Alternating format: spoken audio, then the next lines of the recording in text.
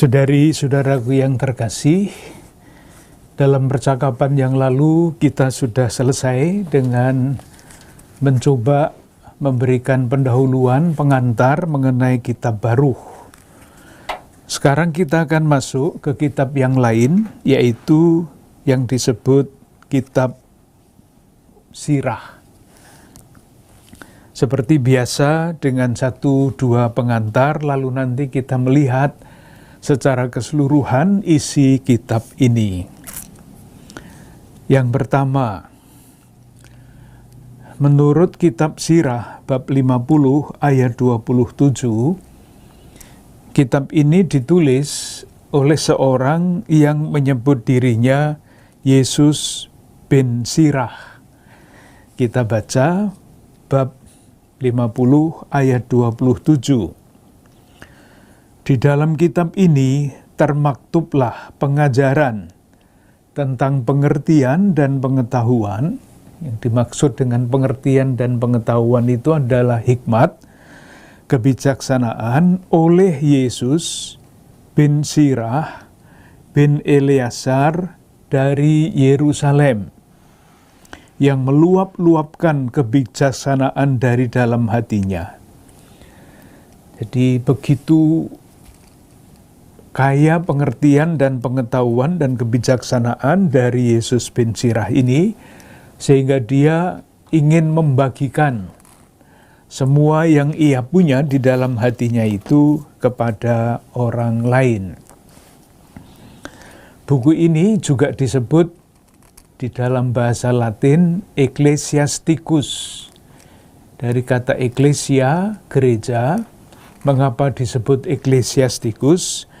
Karena banyak digunakan oleh gereja untuk menyampaikan pengajaran-pengajaran moral. Jadi kebijakan-kebijakan hidup, kebijakan moral. Nanti kalau dibaca memang banyak sekali ajaran-ajaran yang sangat praktis untuk membangun perilaku yang tanda petik bijaksana dalam arti yang seluas-luasnya. Nanti kalau membaca buku-buku kitab suci, ada 2 sebutan yang mirip-mirip. Yang kitab Sirah disebut Ecclesiasticus. Sementara ada nama lain untuk kitab lain, Ecclesiastes. Itu untuk menyebut kitab pengkhotbah, yang juga disebut dengan nama lain Kohelet. Jadi sekedar pengetahuan umum. Yang menarik adalah di dalam kitab Yesus bin Sirah ini ada pengantar penterjemah Yunani. Sebelum bab 1 ada 4 alinea yang memberikan pengantar penterjemah Yunani. Jadi rupa-rupanya Yesus bin Sirah itu menulis kitab ini di dalam bahasa Ibrani, lalu diterjemahkan ke dalam bahasa Yunani karena dianggap penting untuk orang-orang Yahudi yang berbahasa Yunani. Masalahnya bukan masalah bagi kita, tetapi masalah bagi para ahli. Teks asli bahasa Yunani yang diterjemahkan ke dalam bahasa Yunani itu tidak ada lagi. Saya merasa bagus kalau kita membaca pengantar yang 4 alinea itu, karena ada banyak hal yang menurut saya baik untuk diperhatikan sebagai pengetahuan umum mengenai tafsir kitab suci. Kita baca alinea pertama. Banyak dan sungguh besar apa yang disampaikan kepada kita oleh kitab Taurat, para nabi, dan kitab-kitab yang kemudian dari itu. Jadi sudah ada 3 kelompok kitab yang diakui pada waktu itu. Taurat Musa, para nabi, kitab-kitab yang kemudian dari itu. Maka dari itu sepatutnya lah Israel mendapat pujian karena pengajaran serta kebijaksanaannya. Ini kalimat ini juga mempunyai arti banyak arti maksud saya. Sepatutnya Israel mendapat pujian, karena nanti yang akan ditegaskan adalah bahwa semangat keagamaan Israel itu jauh lebih unggul daripada yang lain-lain. Namun demikian, dalam hal itu, para pembaca jangan menjadi berpengetahuan sendiri saja. Tetapi setelah semuanya dipelajari, hendaklah kepandaian mereka bermanfaat juga bagi orang-orang luar, baik secara lisan maupun secara tertulis. Di Israel mempunyai kebijaksanaan, hebat, pantas dipuji, tapi jangan dimakan sendiri, artinya jangan dinikmati sendiri. Yang unggul, yang pantas dipuji itu harus disebarkan. Itu alinea yang pertama. Jadi sudah ada 3 kelompok kitab yang disebut di situ, dan karena itu bangsa Israel unggul dalam iman dan perilaku sehingga wajib menularkan itu kepada orang lain. Alinea yang kedua. Maka dari itu, nah kalimatnya mulai dari situ, maka dari itu setelah sungguh-sungguh bertekun membaca kitab Taurat, para nabi, dan kitab-kitab nenek moyang kita yang lain itu, dan sudah mendapat kepandaian, disebut 3 kelompok kitab itu lagi, maka nenekku, yaitu Yesus, merasa dirinya pun terdorong pula untuk mengarang sesuatu perihal pengajaran dan kebijaksanaan. Menceritakan nenek dari penerjemah ini sesudah neneknya itu hebat di dalam kebijaksanaan mau menulis. Adapun maksudnya ialah supaya semua orang yang suka belajar juga menjadi mahir dalam tulisan-tulisan ini, lalu semakin maju berkat hidupnya menurut Taurat. Jadi jelas sekali maksud penulisannya apa, supaya mereka pun menjadi unggul dalam pengetahuan karena Taurat. Alinea ketiga. Maka para pembaca dipersilahkan mengadakan pembacaan karangan ini dengan rela hati dan penuh minat. Lagi pula menaruh kemurahan hati. Kalau membaca tidak sambil lalu membaca judul lalu selesai, tapi dikatakan dengan sangat rinci, dengan rela hati, penuh minat, menaruh kemurahan hati. Andai kata kami sendiri, nah sekarang dia bicara mengenai dirinya sendiri, mengenai penerjemah ini. Andai kata kami sendiri, meskipun sedapat-dapatnya mengusahakan terjemahannya, kurang teliti menyalin beberapa kalimat, sebab sesuatu tidak sama daya artinya kalau dibaca dalam bahasa aslinya, yaitu Ibrani, atau diterjemahkan ke dalam bahasa lain. Konkret sekali. Membaca bahasa asli dan membaca terjemahan kadang-kadang merasakan perbedaannya. Dan tidak hanya karangan ini saja, tetapi juga Taurat sendiri, para nabi, dan kitab-kitab lain itu tidak kecil perbedaannya apabila orang membacanya dalam bahasa aslinya. Apa yang dikatakan di dalam alinea ini? Dia berbicara mengenai penerjemahan. Selain membaca dengan sungguh-sungguh penuh minat, kemurahan hati, rela hati, dia berbicara mengenai masalah penerjemahan. Membaca terjemahan berbeda dengan membaca bahasa asli. Dan dikatakan di sini, meskipun sedapat-dapatnya mengusahakan terjemahannya, kurang teliti menyalin beberapa kalimat.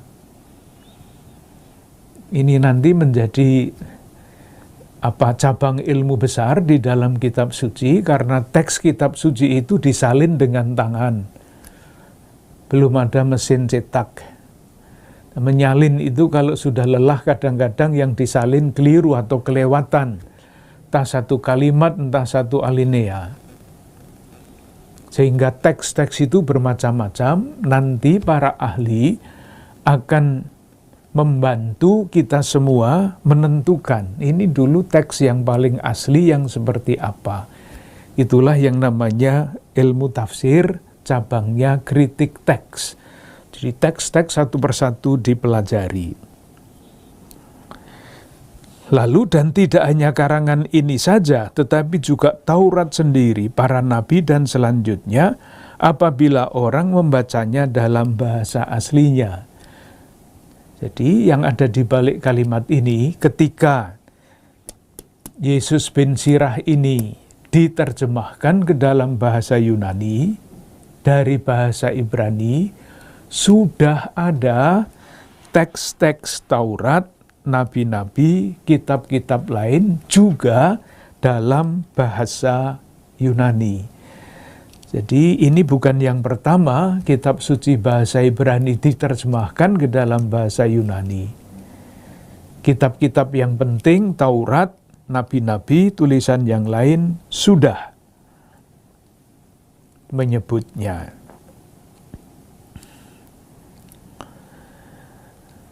Yang berikutnya, ayat alinea keempat.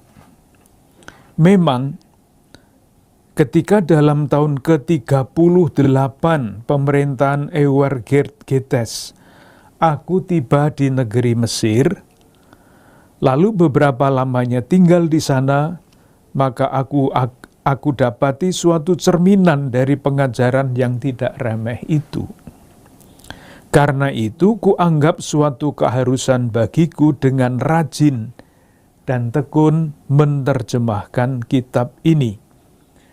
Jadi penerjemah datang ke Mesir, mestinya dari Yerusalem, kok menemukan teks ini di dalam bahasa Ibrani. Sementara orang-orang Yahudi yang tinggal di Mesir, banyak yang sudah tidak tahu lagi bahasa Ibrani. Maka kalimat selanjutnya, dalam pada itu aku telah banyak berjaga-jaga dan banyak belajar untuk menyelesaikan serta menerbitkan kitab ini, pun pula bagi semua orang yang dalam perantauan ingin mendapat pengajaran, supaya membetulkan tingkah lakunya lalu hidup sesuai dengan Taurat. Itulah maksud dari penerjemah, bukan pengarang, menerjemahkan kitab bin Sirah ini ke dalam bahasa Yunani. Sangat menarik.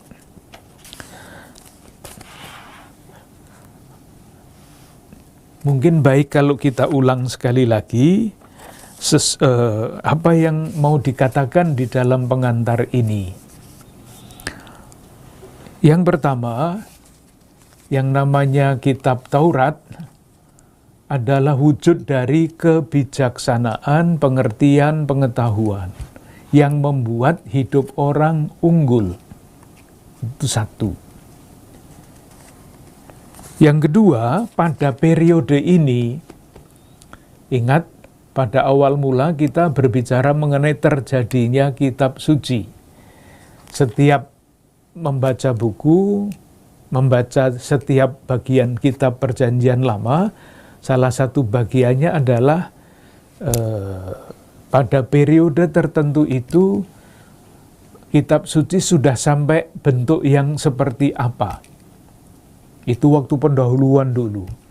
Nah, pada waktu Yesus bin Sirah ini ditulis dan kemudian diterjemahkan, sudah ada 3 kelompok tulisan yang diakui tanda petik sebagai kitab suci. dan akan ditegaskan nanti pada zaman ketika kanon itu dipastikan pada tahun 70-an di kota Yamnia, pusat teologi Yahudi, yaitu kitab Taurat, kitab nabi-nabi, dan tulisan-tulisan yang lain sudah terkumpul pada periode ini. Dengan kata lain, pada abad kedua sebelum Masehi, komunitas Yahudi de facto sudah menerima kitab-kitab itu sebagai kitab suci. Nanti pernyataan resminya baru kemudian.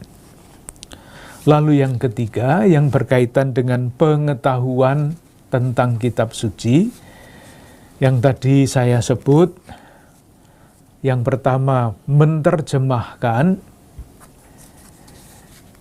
Menerjemahkan itu tidak mudah, dan kadang-kadang kata asli tidak bisa diterjemahkan dengan mengungkapkan sepenuhnya kata asli itu. Itulah sebabnya, maka di dalam ilmu terjemahan kitab suci, teks-teks kitab suci itu terjemahannya selalu diperbaharui. Teks yang kita punya sekarang ini adalah teks dari tahun 1974. Lembaga Alkitab bekerja sama dengan Lembaga Biblika Indonesia sudah mengerjakan terjemahan baru, sudah disetujui oleh gereja-gereja Kristiani di Indonesia, termasuk gereja Katolik, sedang diperiksa kembali, dan nanti pada waktunya kita akan menerima terjemahan baru, baik perjanjian lama maupun perjanjian baru. Tidak berarti yang lama ini tidak dipakai, enggak. Bahkan bisa dipakai untuk pembelajaran lebih dalam. Kenapa dulu diterjemahkan begini, dalam terjemahan baru kok diterjemahkan begitu. Itu soal terjemahan. Kalau soal teks, tadi ada yang dikatakan ada yang kelewatan dan sebagainya, itu ya itulah menjadi bahan dari ilmu cabang tafsir teks kitab suci. Nanti akan kita lihat dalam pembacaan kita, ada ayat yang 23 langsung ke 25, yang 24 di mana? Nanti kalau sampai ke situ kita bicarakan. Itulah isi dari kata pengantar penerjemahan Yunani. Yang berikutnya, latar belakang sejarah dan alasan mengapa kitab Yesus bin Sirah ini ditulis.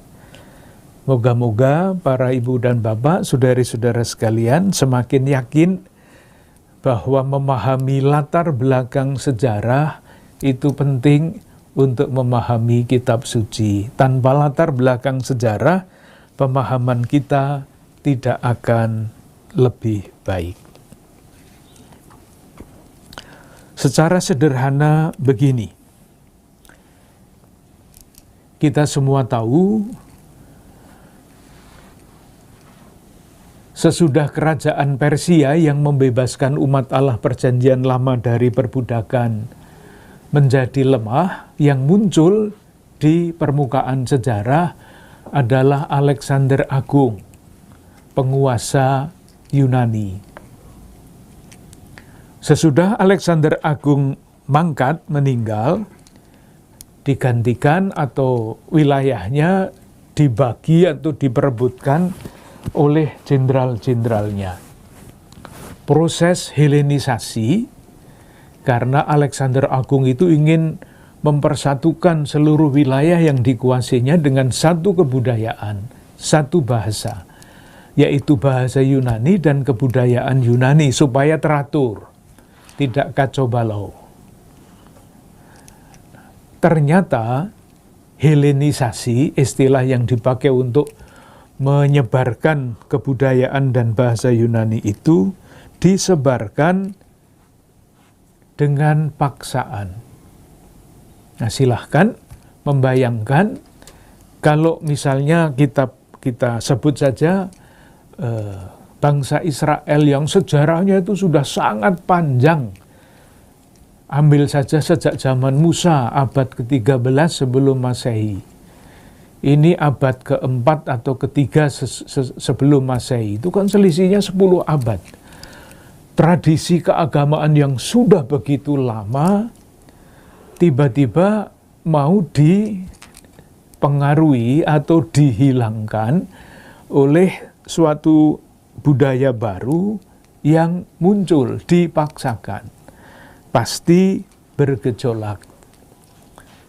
Perang Makabe itu alasannya ini, karena kebudayaan Yunani ingin dipaksakan.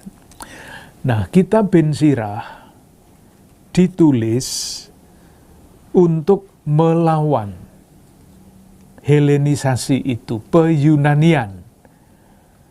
Dengan bahasa, dengan budaya, dengan segala macamnya, kitab Ben Sirah atau penulis Ben Sirah melawan. Caranya melawan bagaimana? Kalau Makabe bersaudara itu melawannya dengan perang. Angkat senjata dan mereka menang memang. Ben Sirah itu tidak mengangkat senjata. Tetapi yang dilakukan adalah menyampaikan nilai-nilai tradisi Yahudi yang unggul. Meyakinkan orang-orang Yahudi yang sudah tidak tinggal lagi di lingkungan Yahudi, tetapi di Mesir kah, di Alexandria, ibu kota Mesir, atau nanti di Antioquia, ibu kota daerah Babilonia, daerah Mesopotamia itu, dengan meyakinkan kepada bangsanya sendiri, pertama, bahwa hikmat itu menjadi sangat penting. Hikmat itu ada di dalam Taurat. Jadi akhirnya yang mau dibuktikan, mau disampaikan adalah bahwa Taurat itu unggul. Dan Taurat itu tentu mewajibkan upacara-upacara. Ketika ada upacara, membutuhkan pemimpin upacara, imam-imam. Jadi kitab Sirah itu berbicara di sekitar itu, hikmat, Taurat, ibadat, imam, supaya orang-orang Yahudi sebangsanya itu menjadi orang-orang yang terdidik. Mungkin baik kalau saya ambil 1-2 teks bagaimana hal itu ditegaskan. Kitab Sirah bab 33 ayat 18. Sesungguhnya aku tidak melulu bersusah payah guna diriku sendiri, melainkan guna semua orang yang mencari pengajaran. Itu alasan kenapa buku ini ditulis. Dan tadi dalam teks yang sudah kita baca, bab 50 ayat 27, isinya sama, tapi kalimatnya lebih kuat. Bab 50 ayat 27, di dalam kitab ini termaktublah pengajaran tentang pengertian dan pengetahuan oleh penulisnya. Nah, sekarang kalimat ini, yang meluap-luapkan kebijaksanaan dari dalam hatinya. Berbahagialah orang yang menyibukkan diri dengannya dan dengan menaruhnya di dalam hatinya menjadi bijaksana. Itu mengenai konteks sejarah.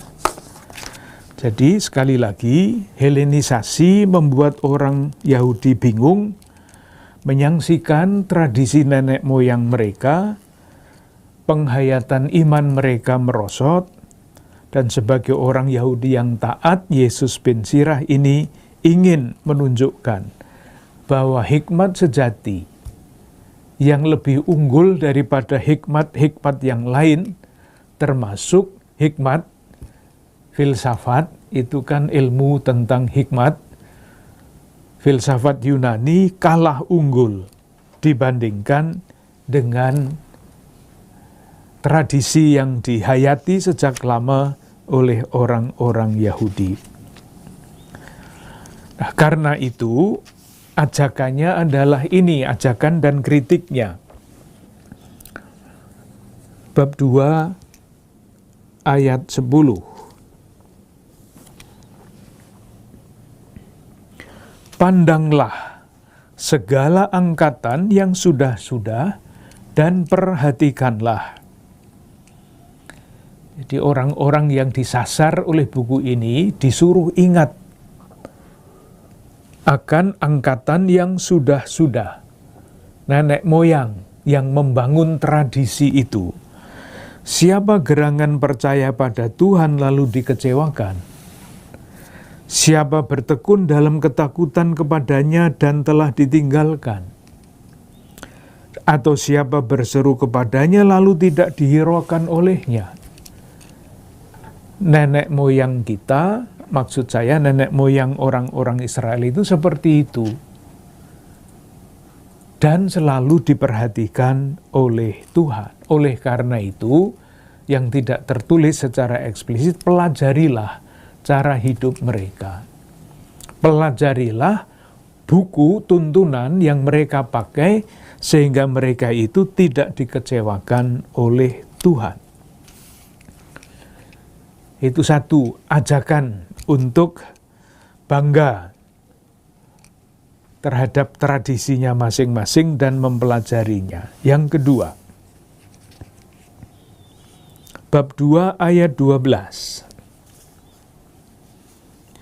Celakalah hati yang tawar dan tangan kendor, dan orang berdosa yang jalannya mendua.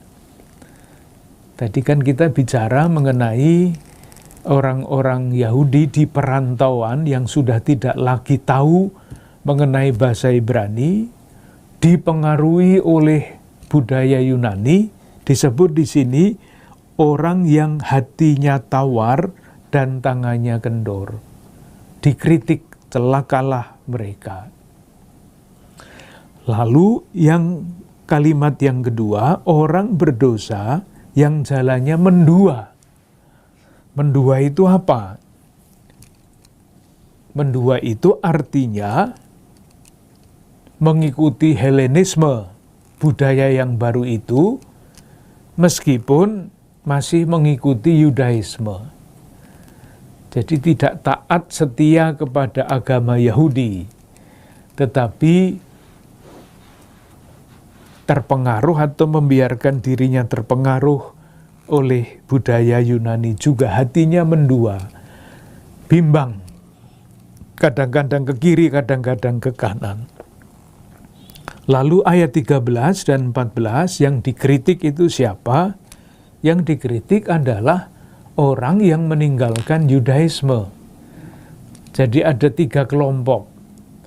Orang yang setia pada Yudaisme, tradisi nenek moyang. Ada orang-orang yang hatinya mendua, masih mau setia tetapi juga ingin yang baru dari Helenisme. Dan pada bab 2 ayat 13 dan 14 ini kritik terhadap mereka yang meninggalkan Yudaisme. Kita baca, celakalah hati yang lembek karena tidak percaya. Jadi bukan mendua tetapi tidak percaya. Karena itulah ia tidak mendapat perlindungan. Celakalah kamu yang kehilangan ketabahan hati. Jadi tidak hanya berkurang ketabahan hatinya, tapi hilang. Apakah yang hendak kamu perbuat apabila Tuhan mencobai? Ini dilawankan dengan orang-orang yang setia kepada tradisi nenek moyang. Ayat 15, 16, 17. 3 kali diulang kata yang sama, yaitu orang yang takut akan Allah. Kita baca ya ayat 13, ayat 15. Yang takut akan Tuhan taat kepada firman-Nya. Ayat 16, yang takut akan Tuhan mencari perkenanan-Nya. Ayat 17, yang takut akan Tuhan terus mempersediakan hatinya. Nah, takut di sini, dalam hal ini jangan diartikan lurus-lurus dengan latar belakang bahasa Indonesia. Takut itu tidak berani memandang, tidak berani menyapa, dan sebagainya. Takut akan Tuhan itu adalah istilah keagamaan, keimanan yang khas kitab suci. Itu artinya orang-orang yang selalu taat kepada hukum Tuhan. Mungkin karena takut, tetapi bukan takut itu yang paling penting. Yang paling penting adalah taatnya kepada hukum Tuhan. Dengan kata lain, mau ditegaskan pada bagian ini, orang yang setia pada tradisi Israel, itulah orang-orang yang bijak dan hidupnya unggul. Yang berikutnya, mengenai ajaran dasar. Lalu nanti bagaimana membuktikan bahwa ajaran dasar itu penting. Ajaran yang paling pokok adalah ini. Kita baca bab 24. Kitab Sirah bab 24. Intinya, hikmat yang sejati itu dianugerahkan Tuhan di Israel. Diberikan di Israel kepada bangsa Israel. Diam di situ. Intinya itu. Berbeda dengan kebijaksanaan Yunani. Tidak diam di situ. Itu barang asing. Kita lihat 1-2 ayat dari bab 24 itu. Sekali lagi yang menunjukkan keunggulan umat Allah perjanjian lama. Orang Israel, karena hikmat Allah ada di situ. Bab 24 ayat 8. Maka berfirmanlah kepadaku pencipta alam semesta, dan yang menciptakan daku menetapkan tempat kemahku. Ku itu adalah kebijaksanaan. Sabdanya, di Yakublah. Yakub itu sama dengan Israel. Di Yakublah mesti kau pasang kemahmu, dan Israel kau dapat milik pusaka. Kebijaksanaan yang unggul itu tidak ada di mana-mana, ada di Israel. Ayat 11. Di kota kesayangannya, aku diberinya tempat istirahat. Kota kesayangan itu mana? Sion, Yerusalem. Dan di wilayah kekuasaanku ada di Yerusalem. Jelas sekali. Ayat 12. Pada umat terhormat aku berakar, di dalam bagian Tuhan milik pusakanya. Ayat 23. Semuanya itu ialah kitab perjanjian dari Allah yang Maha Tinggi. Semuanya itu ialah kitab perjanjian dari Allah yang Maha Tinggi, Taurat, yang diperintahkan Musa kepada kita sebagai pusaka bagi seluruh jemaah Yakub. Jelas ya? Kebijaksanaan itu ada di Yerusalem, ada di Sion, dan sebagainya. Lah kebijaksanaan itu bentuknya apa? Ya ini, ayat 23, Taurat. Taurat yang diperintahkan Musa kepada kita. Nah, sekarang sebagai contoh, tadi sudah saya sebut, di dalam teks kita ini, kitab suci Deuterokanonika, bab 24, ayat 23, ini langsung ke 25. Ayat 24-nya tidak ada. Di terjemahan Katolik yang lama juga tidak ada. Di dalam terjemahan Katolik yang baru ayat 24 ada, tetapi diletakkan di dalam tanda kurung. Ini masalah yang tadi saya sebut kritik teks. Jadi ketika kitab ini disalin, mungkin ada yang menambahkan. Dan kadang-kadang begitu ya, kalau kita membuat catatan, kita pinjam catatan orang lain, dan kita tahu bahwa ini kok kurang ya. Lalu di catatan kita sendiri kan kita tambahkan yang kita anggap kurang itu. Tidak usah ditulis di tempat catatannya teman saya, biar saja begitu, tapi di catatan saya ada tambahan. Kira-kira seperti itu. Jadi ada teks yang tanpa ayat 24, ada teks yang dengan ayat 24.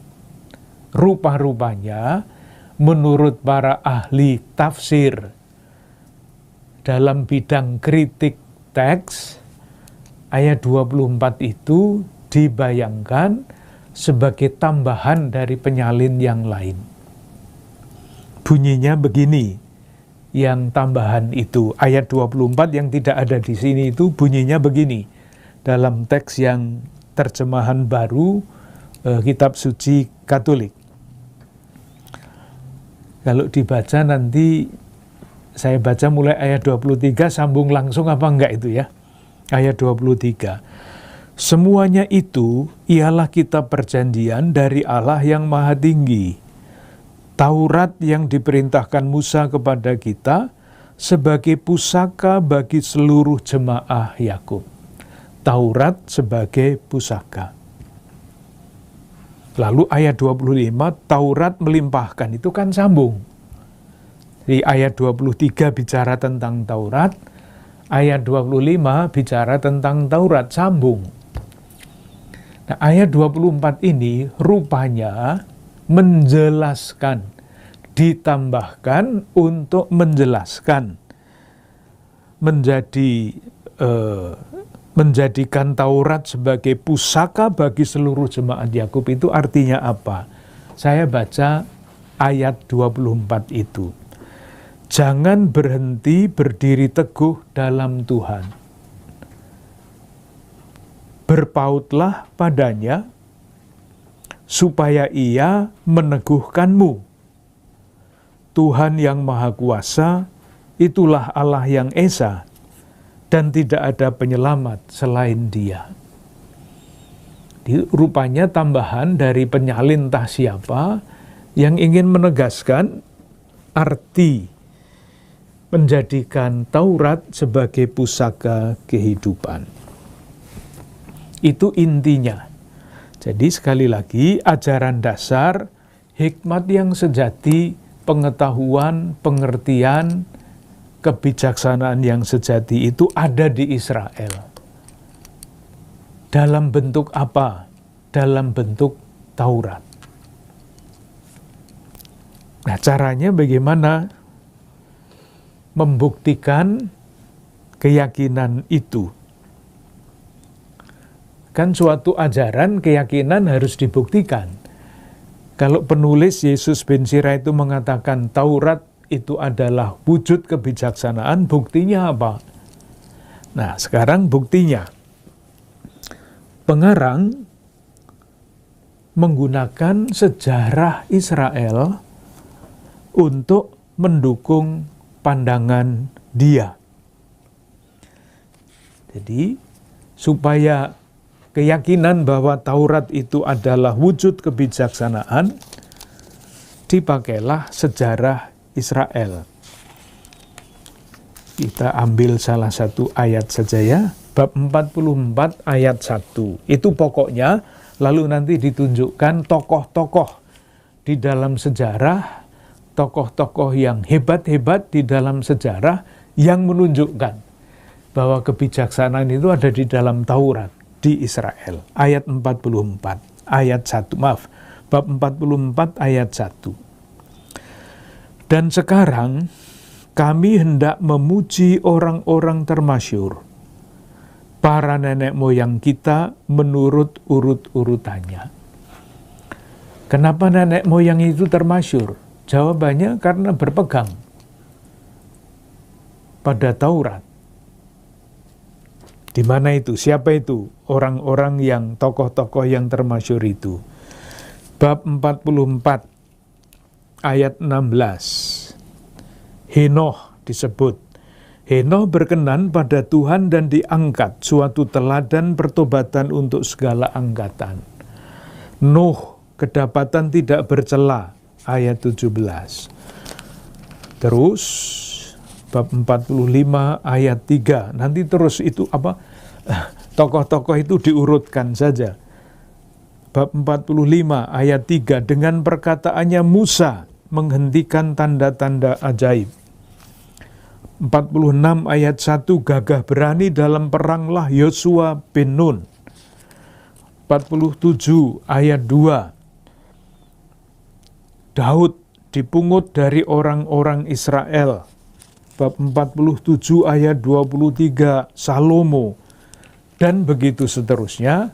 Itulah orang-orang Israel yang hidup di hadapan Tuhan dengan bijaksana.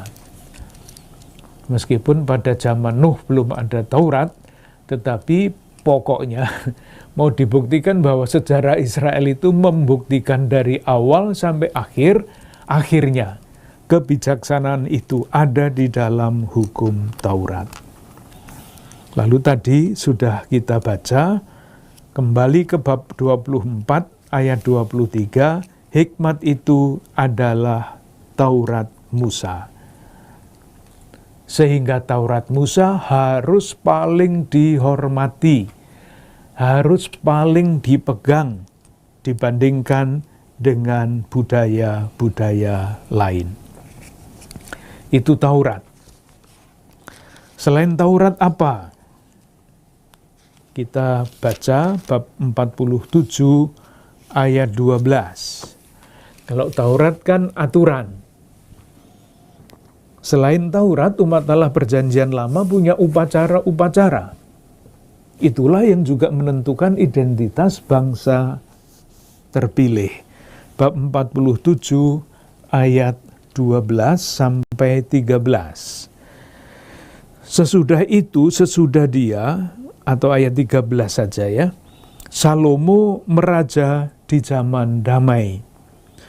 Dan ia dianugerahi Allah dengan ketenteraman di sekelilingnya. Nah sekarang, supaya ia sempat mendirikan rumah bagi nama Tuhan dan membangun tempat kudus untuk selama-lamanya. Tempat kudus itu untuk apa? Ya untuk ibadah, untuk upacara-upacara keyahudian di sana. Maka untuk melawan Helenisme, selain nasihat untuk berpegang pada Taurat, ya ikutilah upacara-upacara keagamaan Yahudi. Lalu ada peran imam, ayat bab 50, ayat 1 sampai 21. Ayat 50, pemimpin saudara-saudaranya dan kebanggaan umatnya ialah Simon bin Unias, imam besar. Di masa hidupnya ia memperhatikan rumah Tuhan, dan di masanya bait Allah dikukuhkannya, dan begitu seterusnya. Ada imam-imam yang berperan besar di dalam menjaga identitas orang-orang Yahudi. Intinya, kembali lagi ke tujuan kitab ini ditulis di tengah-tengah arus Helenisme yang menarik sebagai budaya baru. Silahkan tetap berpegang teguh pada tradisi kebijaksanaan yang ada di dalam hukum Taurat. Yang berikutnya, susunan dari bagian ini, dari kitab ini. Karena ini adalah ucapan-ucapan yang macam-macam, tidak mudah untuk membuat susunan. Seandainya ini kisah, seperti Injil atau seperti kitab sejarah, lalu tidak terlalu sulit untuk melihat susunan dari suatu kitab. Tetapi karena ini isinya adalah kata-kata bijak dan sebagainya, pengajaran hikmat, tidak mudah mencari susunannya. Tetapi kita coba lihat yang dapat dipakai untuk memilah-milah bagian-bagian itu adalah tema pengajarannya dan bentuk sastranya. Ini sastra kebijaksanaan, di dalamnya ada bentuk puisi, ada bentuk prosa, ada bentuk pepatah dan sebagainya. Kita coba lihat dari depan. Kitab Sirah bab 1 sampai dengan bab 43 panjang. Itu isinya adalah pengajaran moral. Pengajaran moral. Kita ambil saja contoh, maksudnya apa ya pengajaran moral. Ambil saja bab 1 ayat 22 sampai 30. Itu yang namanya pengajaran moral.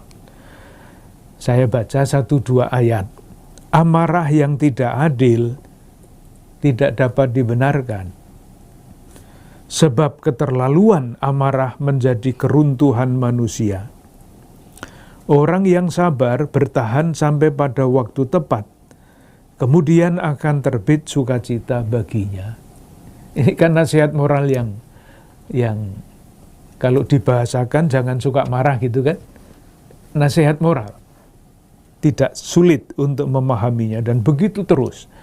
Bab 2. Kesabaran dan kepercayaan dalam pencobaan. Bab 3 ayat 1 sampai 16. Kewajiban terhadap orang tua. Bab 3 ayat 17 sampai 29. Kerendahan hati.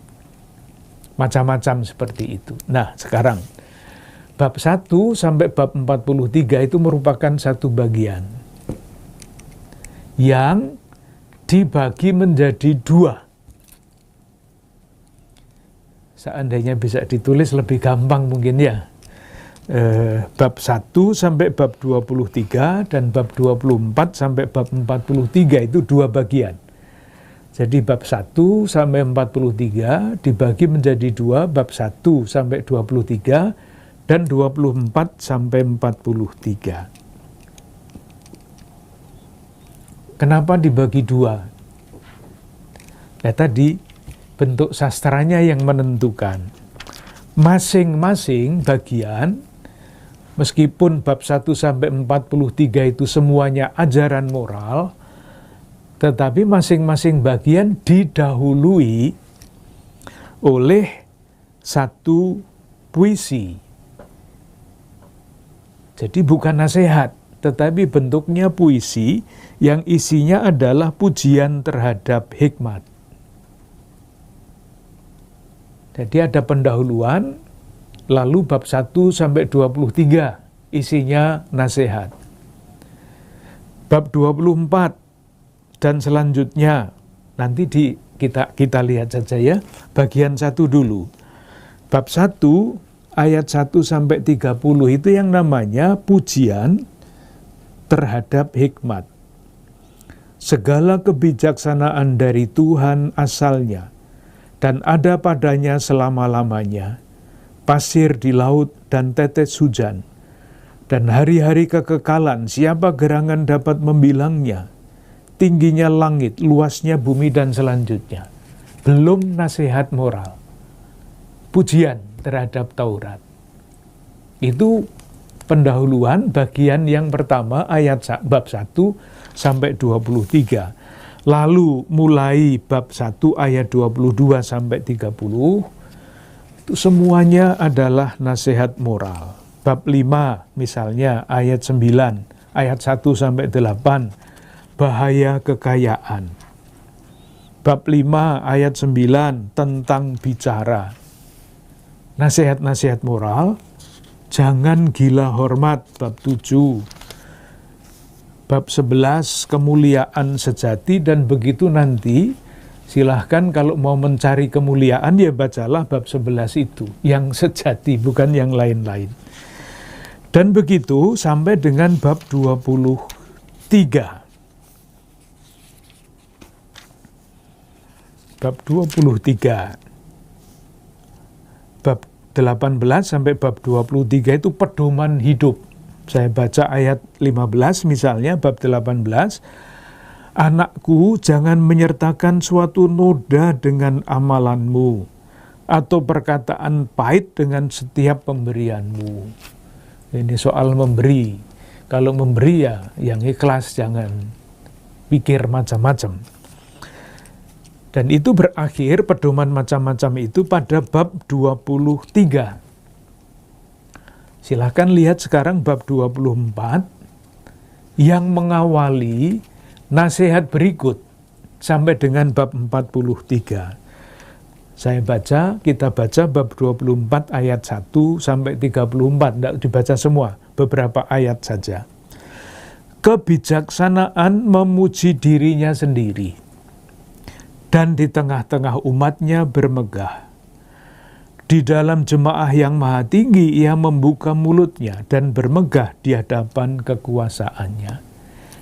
Sama dengan yang bab 1 ayat 1 sampai 30 tadi, pujian bagi hikmat.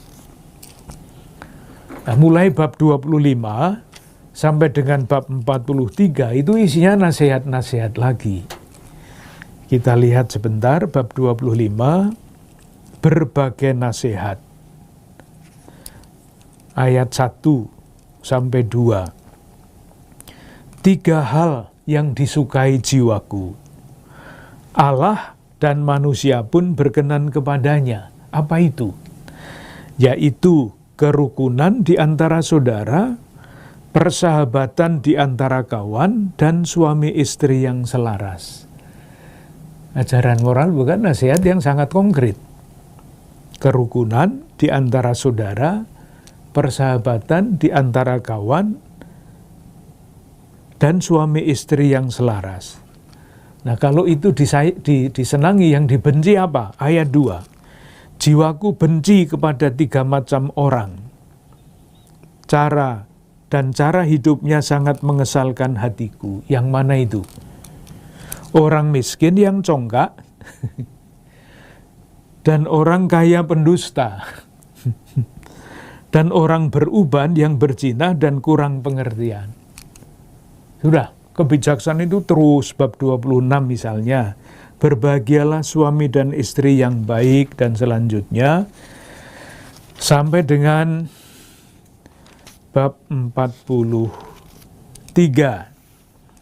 Jadi misalnya kalau kita lihat ya, bab 34, masih pada bagian kedua itu, nasihatnya jangan percaya pada mimpi. Seringkali orang menafsirkan mimpi dengan segala macam tafsirannya. Ayat 18 sampai 26, korban gadungan. Bab 35, cinta kasih dan ibadah. Dan terus seterusnya, sampai dengan bab 43. Itu bagian nasihat, sekali lagi, yang ditutup juga dengan pujian terhadap karya Allah dalam alam semesta. Sekarang bagian kedua, bab 44 sampai dengan bab 50. Nah, ini hampir selesai kitab Putra Sirah. Bab 44 sampai bab 50 itu sudah kurang bernada nasihat. Jadi yang bernada nasihat itu dari bab 1 sampai dengan bab 43, nasihat pada umumnya banyak dan diseling dibuka dengan pujian. Sekarang bab 44, kita lihat saja judul-judulnya. Bab 44 ayat 1, sampai dengan bab 49 ayat 16. Judulnya adalah Pujian Para Nenek Moyang. Yang di sini ya tadi kan sudah kita lihat ya, pujian bagi nenek moyang yang berpegang pada hikmat. Itu sampai dengan bab 49 ayat 16, panjang. Tadi sudah kita lihat Musa dan sebagainya, Elia muncul dan sebagainya. Kemudian ambil bab 49 ayat 15, Yusuf, jadi tokoh-tokoh dari perjanjian lama. Bab 50 ayat 1 sampai 24 itu pujian imam besar yang namanya Simon. Pujian imam besar Simon. Lalu ditutup pada bab 50 ayat 25 sampai dengan ayat 29. Judulnya adalah Ajakan dan Kata Penutup. Dan kini pujilah Allah alam semesta, yang di mana-mana mengerjakan hal-hal yang besar, yang meninggikan masa hidup kita sejak kandungan ibu, serta memperlakukan kita sesuai dengan belas kasih-Nya. Semoga hati yang riang dianugerahkannya kepada kita, dan damai sejahtera terwujud di zaman kita di Israel sepanjang sekalian hari. Sudah selesai. Lalu masih ada appendix. Appendix itu tambahan. Bab 51 ayat 1 sampai 12, nyanyian syukur Yesus bin Sirah. Saya sudah menyelesaikan semua tulisannya, penulis seorang nenek. Nyanyian syukur Yesus bin Sirah. Aku hendak bersyukur kepadamu ya Tuhan Raja, serta memuji Engkau ya Allah penyelamatku, dan bersyukur kepada namamu. Pujian. Sesudah selesai menulis, memuji. Dan sesudah memuji apa? Pesan yang terakhir, ayat 13 sampai 30, Yesus bin Sirah, guru kebijaksanaan. Ini kesaksian pribadi Yesus bin Sirah. Kita baca beberapa ayat ya. Kesaksian pribadi, karena dia bicara dengan subjek aku. Ayat 13.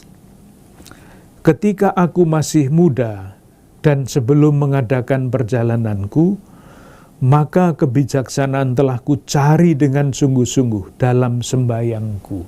Sharing. Kalau sekarang saya menulis kitab isi kebijaksanaan itu bukan karena tiba-tiba dapat wahyu, tetapi dikatakan ketika aku masih muda dan sebelum mengadakan perjalananku, maka kebijaksanaan telah kucari.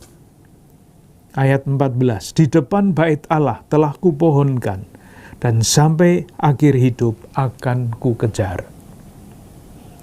Ayat 19, hatiku memperjuangkan kebijaksanaan, dan dengan teliti kulaksanakan hukum Taurat. Tanganku telah kuangkat ke surga, dan aku menyesal karena kurang tahu akan Dia. Dan begitu seterusnya. Indah sekali kalimat-kalimat ini. Selesai dengan kitab bin Sirah. Nanti dalam pertemuan berikut masih akan kita lanjutkan sedikit catatan 1-2 tambahan. Maksudnya begini, nasihat-nasihat ini bagus, mulia, menunjukkan jalan hidup orang bijaksana dengan pengertian sabar, jujur, tidak suka marah dan sebagainya. Tetapi ada sebagian hal yang terikat dengan zaman itu. Dan kalau itu kita mengerti secara harafiah, kita akan susah.